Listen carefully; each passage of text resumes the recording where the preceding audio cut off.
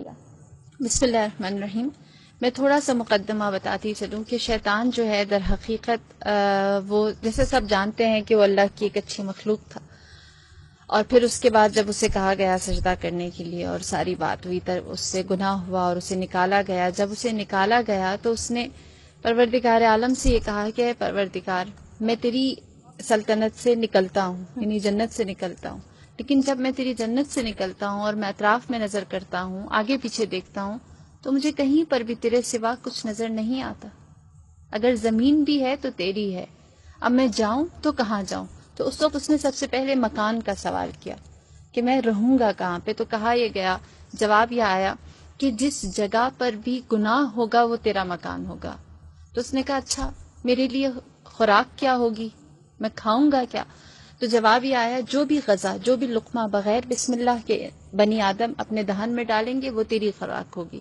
لہٰذا بغیر بسم اللہ کی جتنی بھی خوراک ہمارے منہ میں جاتی ہے اس میں شیطان شریک ہوتا ہے۔ پھر اس کے بعد اس نے کہا اچھا اگر مجھے پیاس لگے تو میں کیا پیوں؟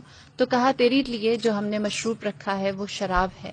پھر اس نے سوال کیا اور کہا کہ تو نے انسان کے لیے کتاب اتاری ہے، مجھے بھی کوئی کتاب دے۔ ان کے لیے قرآن ہے، زبور ہے، انجیل ہے، تورات ہے۔ تو اس وقت کہا یہ گیا کہ تمہارے لیے جادو ٹونا کی کتاب ہے۔ پھر اس نے سوال کیا اور کہا کہ تو نے انسان کے لیے دعا کا راستہ رکھا ہے، وہ جو 4 سمتوں سے اس کے اختیار دیا گیا ہے، اور اللہ نے جو 2 سمتیں انسان کے لیے رکھی، ایک دعا اور دوسرا سجدہ ہے، صحیح۔ تو ان کو ہتھیار دیا ہے دعا کا اور سجدے کا، مجھے بھی ہتھیار چاہیے۔ تو اس وقت یہ جواب دیا گیا کہ تمہارے لیے سب سے زیادہ مضبوط ہتھیار عورت ہے، جس کے ذریعے تم انسان کو، بنی آدم کو، اولاد آدم کو گمراہ کر سکو گے۔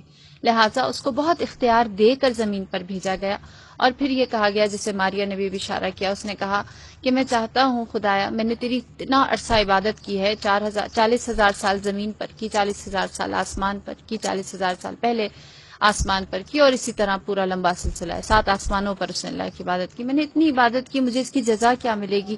میں تجھ سے جزا چاہتا ہوں۔ تو اس وقت اس نے سوال کیا، اللہ تعالیٰ نے کہا مانگ، تو کیا مانگتا ہے؟ تو اس وقت اس نے سوال کیا اور کہا کہ پروردگار میں چاہتا ہوں تو مجھے نامرئی بنا دے، میں دکھائی نہ دوں، بنی آدم مجھے دیکھ نہ سکے، اسے نامرئی کر دیا۔ پھر اس نے کہا کہ مجھے اس بات کا اختیار دے کہ میں جو انسان کے ذہن میں خیالات خطور کرتے ہیں اس میں وسوسہ ڈال سکوں، لہٰذا اسے یہ اختیار بھی دے دیا گیا۔ پھر اس نے کہا کہ پروردگار مجھے یہ اختیار دے کہ میں انسان کے خون میں روان ہو جاؤں۔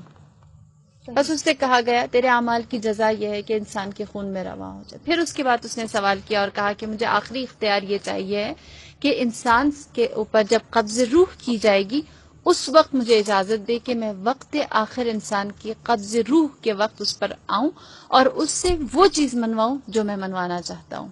لہٰذا شیطان کو یہ اختیار بھی دیا گیا۔